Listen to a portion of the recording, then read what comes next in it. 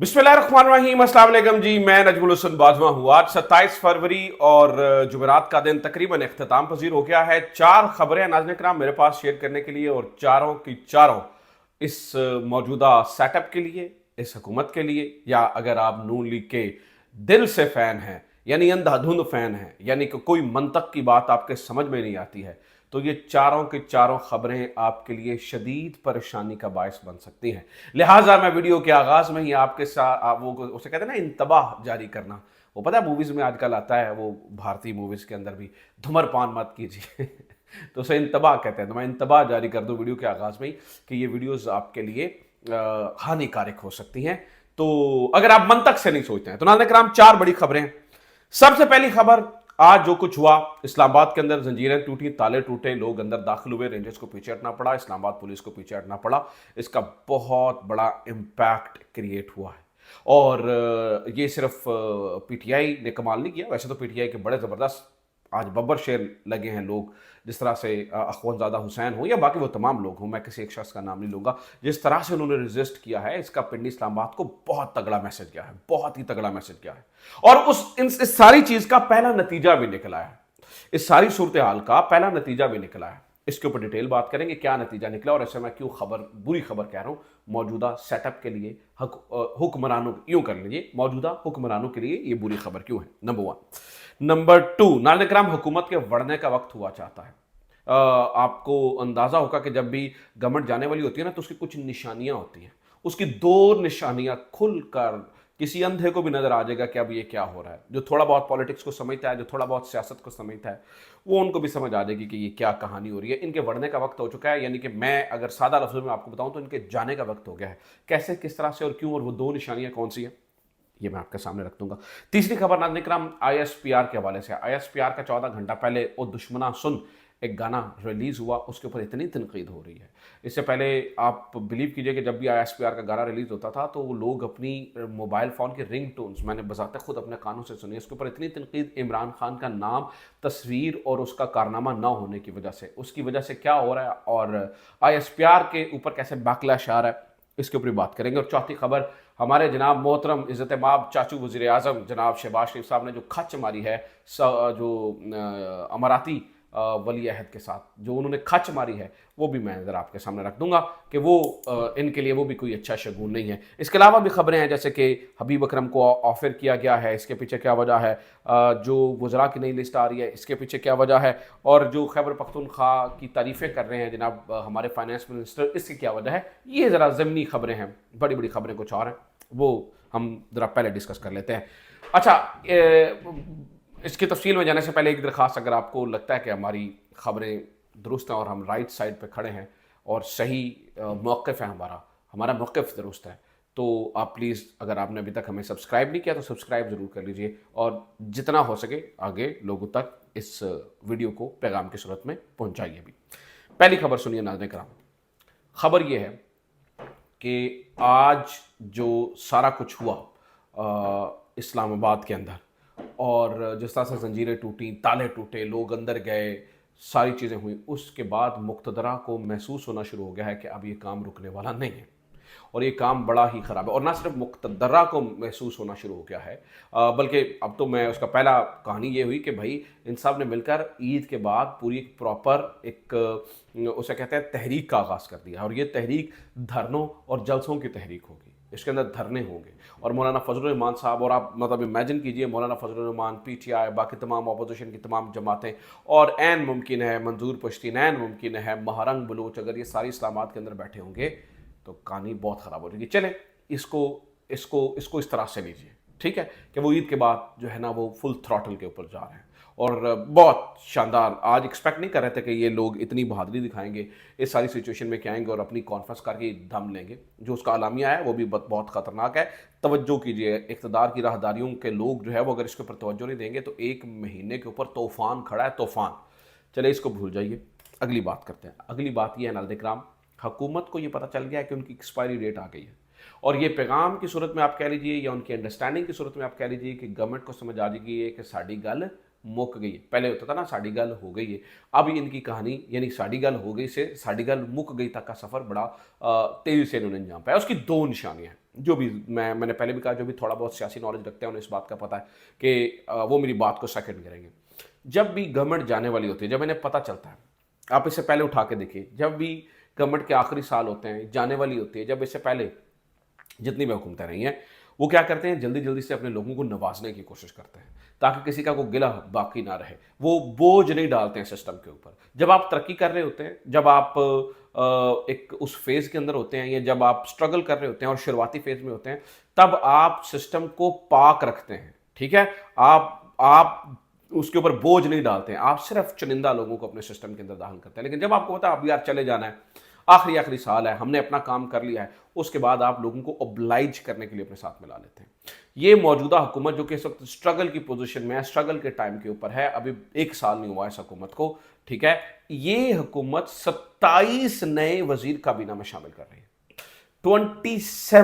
27 लोग। अब इसके अंदर नाम देखिए, आपको हैरान हो जाएंगे और फिर आप मेरी बात से अग्री करेंगे कि ये लोगों को ऑब्लाइज करने के लिए ये सब कुछ किया गया। फेडरल मिनिस्टर होंगे हनीफ अब्बास, मोइन वट्टू, मुस्तफ़ा कमाल कराची वाले देख रहे हैं किस तरह से, औरंगज़ेब खिच्ची पीटीआई का, औरंगज़ेब, राना मुबशर, रज़ा हयात हिराज, डॉक्टर तारिक फजल चौधरी, अली परवेज समझ आता है, शिजा फातिमा, जुनेद अनवर, खालिद मगसी और पीर इमरान शाह। ये देखिए खालिद मगसी और ये सारे वो लोग, इनको ओबलाइज किया जा रहा है। औरंगज़ेब खिच्ची ओबलाइज किया जा रहा है। आगे आप नाम सुने, आपको और मजा आएगा। अकील मलिक रशीद, औरंगज़ेब सुबानी, खेलदास, तलाल चौधरी, अब्दुर्रहमान कांजू जिसको जो सुप्रीम कोर्ट ने टिकट लेके पीटीआई से उनको दी, ठीक है जनाब, बिलाल कियानी, मुख्तार भरत, शजरा मनसब, ओन चौधरी कौन सा, वही बाज वाला ओन चौधरी और वजीहा उमर, इनको जनाब मिनिस्टर ऑफ स्टेट्स बनाया जा रहा है। और एडवाइजर्स में मोहम्मद अली, डॉक्टर सैयद तौकीर शाह और परवेज़ खटक को भी मुशीर बनाया जा रहा है, गवर्नमेंट में शामिल किया जा रहा है। तो आप मेरी बात समझ रहे हैं, ये जो इस तरह की कहानियां होती हैं वो इसलिए की जाती है जब गवर्नमेंट खत्म हो रही हो। अच्छा, मैं सबसे बड़ी मिसाल आपको देता हूं कि इस गवर्नमेंट की कहानी खत्म हो रही है। वो वजह यह है कि जनाब वाला अब ये अपनी इलेक्शन कैंपेन शुरू कर रहे हैं। उसकी सबसे बड़ी मिसाल दूं, आपको अंदाजा हो जाएगा। इसकी सबसे बड़ी मिसाल यह है कि नवाज शरीफ को मैदान में उतारने का फैसला कर लिया गया। मैदान में नवाज शरीफ को उतारने का फैसला किया गया है। नवाज शरीफ साहब अब मैदान में उतरते हुए नजर आएंगे। आप हैरान हो जाएंगे कैसे। वही नवाज शरीफ जो इतने ज़्यादा क्राइसिस आए नहीं बोले, अब अचानक ईद के बाद ये एहसन इकबाल साहब ने कहा जी 4 सूबों का दौरा नवाज शरीफ साहब कर रहे हैं और जलसे और जुलूसों के अंदर शामिल होंगे। जलसे जुलूसों का मतलब क्या है, election campaign, proper election campaign शुरू हो रही है। ठीक है, यानी कि मौजूदा जो हुक्मरान हैं वो अपनी हुकूमत के अंदर इलेक्शन कैंपेन की तरफ जा रहे हैं। लिहाजा जो जड़ा नवाज शरीफ जिन्होंने धुप ना लग जाए, इन्होंने सिस्टम तो बचा के अंदर रखा सी, हुण इलेक्शन के टाइम उन्होंने कड्ढण का वक्त आ गया। ठीक है, तो नवाज शरीफ का बाहर आना इस बात को साबित करता है। यानी कि नवाज शरीफ तो बात करेगा एंटी एस्टैब्लिशमेंट में, आपको बता दूं, ठीक है, क्योंकि उनको चाहिए कि हम अपने वोट से लो। वैसे तो ये एंटी एस्टैब्लिशमेंट नहीं है, ये तो बूट पालछी हैं बहुत बड़े। ये तो आपके हम ये वक्त ने साबित कर दिया, लेकिन ये अपने आप को साबित करने की कोशिश करेंगे एंटी एस्टैब्लिशमेंट। तो वो तभी मुमकिन है ना कि जब आपको गवर्नमेंट के आने और जाने का कोई खतरा महसूस ना हो। तो ये चीज़ बजाते खुद बताती है कि ईद के बाद जो है वो जब वहाँ पर अपोजिशन की तहरीक शुरू हो रही होगी और यहाँ पर मियाँ नवाज शरीफ साहब जल्द से जुलूस शुरू कर रहे होंगे, अपनी जो है ना वो मुख दिखलाई कर रहे होंगे, मुंह दिखाई कर रहे होंगे। 1 साल के बाद कबूतर उड़ाने के बाद जब इनके तोते उड़े थे, तो तोते उड़ने के बाद पहली दफ़ा अपना चेहरा जो है वो लेकर आएंगे इस तरह से मार्केट के अंदर। ठीक है, और ऑब्वियसली मरियम नवाज भी फिर डेफिनेटली जिथे जिथे मियाँ साहब होने दे उत्थे उत्थे मियाँ मरियम नवाज होंगे। और मरियम नवाज की भी कहानी सुन लें। एक तरफ 60 इश्तिहार, एक तरफ जनरल आसिम मुनीर साहब का वहाँ पर जाना और इंडोर्स करना ये सारी चीज़ों को, दूसरी तरफ इस्टेब्लिशमेंट का नुमाइंदा फैसल वावडा, यानी कि इस्टेब्लिशमेंट का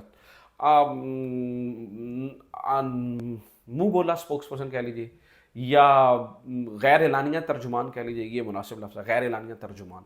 तो फैसल वावडा साहब कह रहे हैं जी मरियम नवाज की कारकर्दगी इश्तिहारों में है, ग्राउंड पे 0 है। तो इसका मतलब है इस्टेब्लिशमेंट में इस मरियम नवाज के ऊपर 2 राय है। ऊपर वाले जो यानी कि जनरल आसिम मुनीर साहब हैं वो तो इंडोर्स करते हैं, और नीचे वाले जो है वो कहानी कुछ गड़बड़ है, मैं इसके ऊपर नहीं जाऊँगा। ठीक है जनाब, तो ये कहानी भी चल रही है। तो इसका मतलब है कि गेम कोई इनके लिए अच्छी नहीं है। एक और खबर सुनिए नाज़रीन करम ISPR के हवाले से। ISPR में नाज़रीन किराम उनका एक तराना जारी होता है। अब ISPR के नगमे के ऊपर लोग शदीद किस्म की तनकीद कर रहे हैं, बहुत ही इसके ऊपर रद्द अमल आ रहा है। सब बात सीधी सादी है। वो कहते हैं जनाब ISPR जो है ना वो 27 नवंबर को वो अभिनंदन को चाय पिलाने वाला सारे मामले के ऊपर ओए दुश्मन गाना रिलीज करते हैं। उसमें सब कुछ है, लेकिन जिस बंदे ने ऑर्डर दिया था उस बंदे का नाम नहीं है, यानी कि इमरान खान का नाम नहीं, बल्कि PTI ऑफिशियल का जो पेज है उसने तो वो वीडियो क्लिप भी अय्याज सादिक का लगाया हुआ है कि जब जनरल बाजवा के ऊपर तनकीद करते हुए कि जब chief of army staff general Bajwa की बात वो कर रहे हैं, PTI ने अपने पेज पर लगाया हुआ है। तो टांगें कांप रही थी, माथे पर पसीना था, ये वाली बात उन्हें लगाई हुई थी। और इमरान खान साहब के को तारीफ की कि इमरान खान साहब ने ऑर्डर दिया था और एयरफोर्स ने इस ऑपरेशन को मुकम्मल किया था। लेकिन उसी इमरान खान का पता नहीं मुझे जनरल बाजवा का क्या किरदार था, आई डोंट नो। हो सकता है आगे जाके बाकी बातें खुले और पता चले कि क्या किरदार था, मुझे नहीं पता। मैं तो PTI के ऑफिशियल पेज की बात करूँगा, वहाँ पर ये बात लगी हुई थी अय्याज सादिक को कोट करते हुए, जो अय्याज सादिक ने कहा था। ठीक है, अब जनाब ये कहानी है। तो इमरान खान साहब का नाम ही नहीं है, ना तस्वीर है ना नाम है, वही ख्वाजा आसिफ दियाँ शक्ल लगी हैं, नहीं तो सारे बाकी आज मौजूदा हुक्मरान दी शक्ल, इन्हों का की लेना देना, इनका क्या लेना देना है। ये तो लम्बे पै जाते कारगिल वाले मामले की तरह। ये तो इमरान खान था, वो बहादुरी से खड़ा हो गया था। वो जो कह रहा था कि रिटेलिएट करने का सोचेंगे नहीं, रिटेलिएट करेंगे। ये बात अपने जहन में रखिएगा कि हम रिटेलिएट करने का सोचेंगे नहीं, हम रिटेलिएट करेंगे। तो उसने करके भी दिखाया। ठीक है, तो ये कहानी है और ये मामला है। अच्छा जनाब, अगली खबर सुनिए। अगली खबर ये है कि हबीब अकरम साहब जो इतना शानदार जर्नलिस्ट है, नाज़रीन कराम, उनको ऑफर कर दिया गया है। अब इतलात ये है कि उनको ऑफर करने से पहले बहुत पैगाम पहुंचाए गए मुख्तलिफ तरीकों से, हीलो बहानों से। और इस बात का मैं बज़ात खुद गवाह इसलिए हूँ कि एक ऐसी जगह से जहाँ मुझे एक दफ़ा पुरानी बात बता रहा हूँ, पैगाम आ रहा था, उनकी जानिब से हबीब अकरम साहब को भी प्रेशर जा रहा था। और ये एक मुश्तरका हमारा दोस्त था जिसने मुझे बताया था, मेरी उससे डिस्कशन हो रही थी कि यार ये मुझे फलां जगह से प्रेशर आ रहा है। तो वो ही हमारा जानने वाला हबीब अकरम साहब का भी जानने वाला। तो उन्होंने कहा जी यार भाई साहब मैं तो की दसा, मैं उत्थे ही बैठा सा कोई 2 दिन पहले, तो उन्हें हबीब अकरम का भी ना लिया। ठीक है, तो हबीब अकरम साहब के ऊपर ऑब्वियसली हमसे तो कई ज़्यादा इमेंस प्रेशर था, बहुत नाम लिए जा रहे थे, बहुत बताया जा रहा था कि ये करें ये ना करें। आखिरकार हबीब अकरम साहब ने नहीं मानी तो उन्होंने जो है ना वो उनको ऑफर कर दिया। तो इससे क्या होगा, क्या कोई फ़र्क पड़ेगा? मेरा नहीं ख्याल ऐसा कोई भी फ़र्क पड़ेगा, बल्कि उनके यूट्यूब खोलने का, मज़ीद उसके ऊपर काम करने का रास्ता मज़ीद ये लोग खोल देंगे और वो फिर खुलकर जो है वो काम करते हुए नजर आएंगे। और उससे कोई, मैं तो आपको सच बात बताऊँ, कोई फ़र्क नहीं पड़ेगा। अब लोगों के चाके इस तरह से उतर चुके हैं कि जो आज इस्लामाबाद वाली कौमी कॉन्फ्रेंस में उसमें पता है रबिया बाजवा ने, जो साबिका लाहौर हाईकोर्ट बार की रही है, मेरे ख्याल से सेक्रेटरी थी या आई डोंट मुझे, या वाइस प्रेसिडेंट थी, रबिया बाजवा कहती हैं कि जस्टिस मुनीर से मामला चीफ मुनीर पर आ गया है और चीफ याह्या से जस्टिस याह्या तक आ गया है। अब वो तो लोग तो इस तरह बात कर रहे हैं, लोगों के मुंह को नहीं पकड़े जाते ना। अब बात को समझिए। तो कहानी जो है वो, मेरा ख्याल है कि अगर हबीब अकरम साहब का ज़ुबानबंदी करेंगे तो मज़ीद ख़राब होगी। अच्छा, एक और ख़बर सुन लीजिए, वो ये है कि जनाब ओवरसीज़ पाकिस्तानियों ने जो मामला है वो चौथे गियर में पहुंचा दिया है। यानी कि ओवरसीज़ पाकिस्तानी इस वक्त बहुत इफेक्टिवली काम करते हुए नजर आ रहे हैं। ओवरसीज़ पाकिस्तानियों के अंदर ना तो डर है ना खौफ है, और ये बिल्कुल बड़ी बहादुरी से और दलेरी से जो है वो इमरान खान के मैसेज को आगे पहुंचाते हुए नजर आ रहे हैं। पूरे यूके में ही, बगैर मैं किसी तंजीम की खास स्पेसिफिकली बात नहीं करूंगा, ना ही मैं PTI की ऑफिशियल तंजीम की बात करूंगा, लेकिन हर एक शख्स जिससे मैं मिला हूं उसके अंदर एक जज्बा है, उसके अंदर एक इस वक्त गुस्सा है कि ये क्या हो रहा है। लेकिन बहरहाल जो लोग तंजीमों के अंदर काम कर रहे हैं, जैसे कि PTI की अपनी ऑफिशियल जो टीमें हैं, चाहे वो लंदन हो, चाहे वो बर्मिंघम हो या मैनचेस्टर हो, हर जगह काम करती हुई नजर आ रही है। क्योंकि मैं इन दिनों में इस इलाके में हूं, तो मैंने देखा कि जो मैनचेस्टर के अंदर PTI नॉर्थ वेस्ट की जो टीम है PTI में, जिसमें आसिफ भट्ट साहब हैं या सलमान शाह साहब हैं या बाकी इनकी पूरी टीम है, ठीक है, या रियाज चौधरी या और भी बहुत सारे लोग, मैं किसी एक शख्स अली यौन, काफ़ी लोगों से मिलना, कुछ लोगों के नाम जहन में रहते हैं, कुछ लोगों के भूल जाते हैं।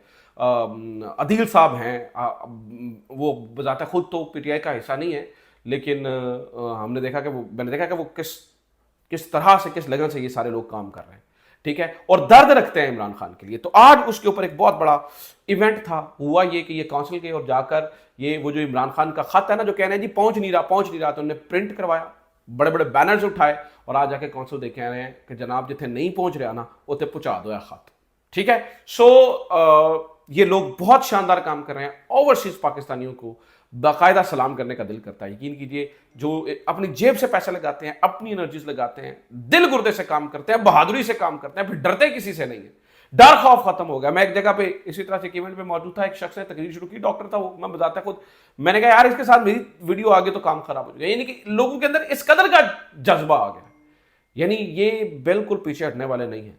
और इस वक्त जिन्हें ये कहते हैं ना तुम पाकिस्तानी नहीं हो, आज वो अपने आप को ज्यादा पाकिस्तानी साबित कर रहे हैं। ठीक है, ये मैंने एक और से बात की, मैंने कहा यार क्या मसला, कहता है भाई साहब बात ज़हन में रखिएगा, हमारी रगों के अंदर ना खून सुर्ख के बजाय जो है वो सब्ज दौड़ता है, सब्ज खून दौड़ता है। हम पाकिस्तान से मोहब्बत करते हैं, इमरान खान हमको कल्ट नहीं है, हम इमरान खान से मोहब्बत करते हैं।